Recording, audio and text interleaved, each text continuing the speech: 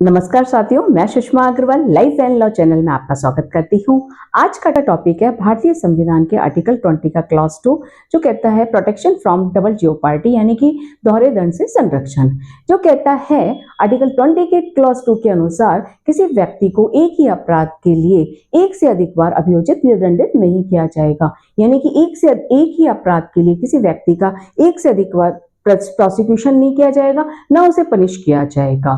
Article 20 का clause 2 common law के rule Nemo debit dish फैक्सरी पर आधारित है, जो कहता है किसी व्यक्ति को एक ही अपराध के लिए 2 बार अभियोजित दंडित नहीं किया जाएगा। आर्टिकल 20 के क्लॉज 2 की यही बात को सीआरपीसी के सेक्शन 300 और बीएनएसएस के सेक्शन 337 में कहा गया है कि एक बार दोषमुक्त किए गए किसी व्यक्ति का पुनः उसी अपराध के लिए पुनः विचारण नहीं किया जाएगा। आर्टिकल 20 का क्लॉज 2 के संरक्षण हेतु निम्नलिखित बातें आवश्यक हैं कि व्यक्ति का एक्यूज्ड होना, अभियुक्त होना। सेकंड, न्यायालय न्यायिक अधिकरण के समक्ष कार्यवाही होना। जो कार्यवाही होनी चाहिए वो न्यायालय के समक्ष होनी चाहिए, कोर्ट के समक्ष होनी चाहिए या न्यायिक अधिकरण के समक्ष होनी चाहिए। अभियोजन विधि विहित अपराध के संबंध में हो और उसके लिए दंड का प्रावधान हो। इसको हम 2 केस लॉ से समझते हैं, मकबूल हसन वर्सेस बंबई राज्य AIR 1953 और वेंकट रमन के केस से। मकबूल हसन वर्सेस बंबई राज्य के मामले में अपीलार्थी भारत में बिना अनुमति के सोना लेके आया। उसका सोना सी कस्टम एक्ट के तहत जब्त कर लिया गया। फिर उस पर फॉरेन एक्सचेंज रेगुलेशन एक्ट के तहत कार्रवाई की गई। अपीलार्थी का यह कहना था कि सी कस्टम एक्ट के तहत सोना जब्त करके उसे ऑलरेडी पनिश कर दिया गया है। तो जो फॉरेन एक्सचेंज रेगुलेशन एक्ट के तहत जो कार्रवाई की गई है आर्टिकल 20 के क्लॉज 2 के अगेंस्ट है। सुप्रीम कोर्ट ने कहा कि सी कस्टम एक्ट के तहत जो कार्रवाई की गई थी वो कोई न्यायिक कार्रवाई नहीं थी, ना वो अधिकारी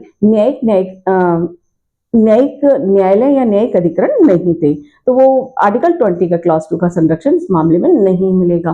साथ में वेंकट रमन वर्सेस भारत संघ के मामले में, इस मामले में प्रार्थी को पब्लिक सर्विस इंक्वायरीज एक्ट 1961 के अधीन विभागीय कार्रवाई करके जांच करके उसको नौकरी से बर्खास्त कर दिया गया।